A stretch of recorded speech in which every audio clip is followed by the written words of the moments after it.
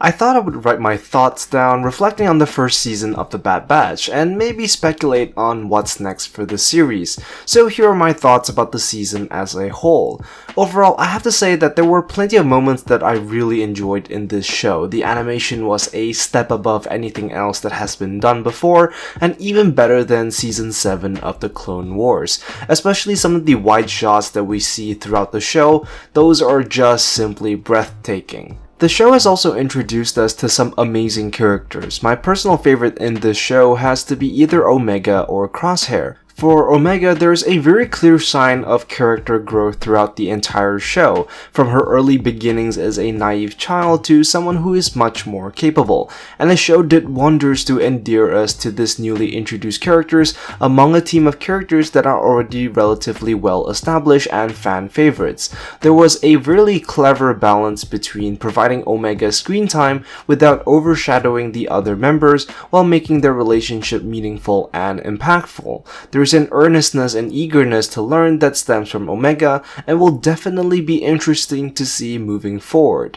Crosshair is another character with a very rich complexity that was arguably the main source of conflict that propelled the entire series. The season initially set out to provide a pretty straightforward reason for Crosshair's conflict with his former teammates, with the primary cause being the inhibitor chip. However, as the series progressed, it gradually reveals that Crosshair's conflict with his team members has evolved beyond this, and that his choices stem as a consequence of the actions of his teammates, with the rest of the Bad Batch choosing to leave Crosshair behind without attempting to save him. You can't really blame the guy for making the decisions that he did. And so for me, these two characters are most definitely the centerpiece of the show that really elevates it to a whole new level for Star Wars animated characters. When it comes to the plot, it should be acknowledged that it is by no means finished, so it's pretty hard to judge in full confidence whether it's good or bad, seeing as how many of the plot points have yet to be tied up.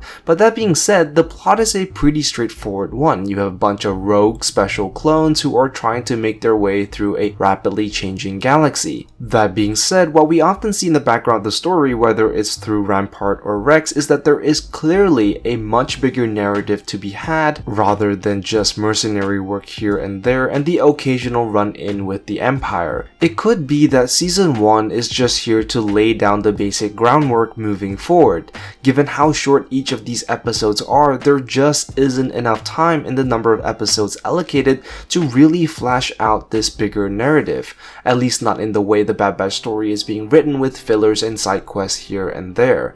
Judging by the way in which Season 1 has been constructed, it seems pretty apparent that the formula the creatives are following is certainly one that is reminiscent of the Clone Wars series, where there is somewhat of an overall plot with plenty of one-shots scattered in the middle. But while it may seem to be following its predecessor, it could be the case that the show is actually following the formula set by The Mandalorian, in which Season 1 produced a less big plot focus until it reaches Season 2. So it's entirely possible that the Bad Batch may turn out to be the very same.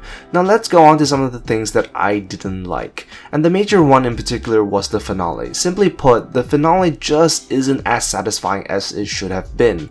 After following the series week by week and patiently waiting for each new episode, it really does fall flat on its face in the end. While we do get some great character moments, it seriously is lacking in the action department, and the stakes don't seem all that high for a moment that the entire series was building up towards, which is the confrontation between the Bad Batch and Crosshair. It really didn't deliver the payday it promised, which is somewhat frustrating after following the series for this long. But at the same time, the finale makes a lot of sense given how little we were given throughout the entire series to build with. With the occasional mentions here and there, and with very little to connect them all together, there is just not enough to create a massive climax. So what does this mean for the Bad Batch moving forward? I really do hope that the show does eventually start to focus down on the main plotline in the way The Mandalorian did for Season 2. There has been some decent groundwork put together and open-ended enough for it to lead to almost anywhere. So I really do hope that the creatives over at Lucasfilm do make good use of what they have created. While I do love the Clone Wars and how it organizes each season with plenty of filler, I don't think this same formula would work with the Bad Batch very well, since we are always following the same characters. And one of the reasons why these fillers were at least tolerable was because of the big battle scenes that we would get. And big battle scenes don't appear to suit the Bad Batch given that we're only following a small group of heroes and not an entire war, at least not yet.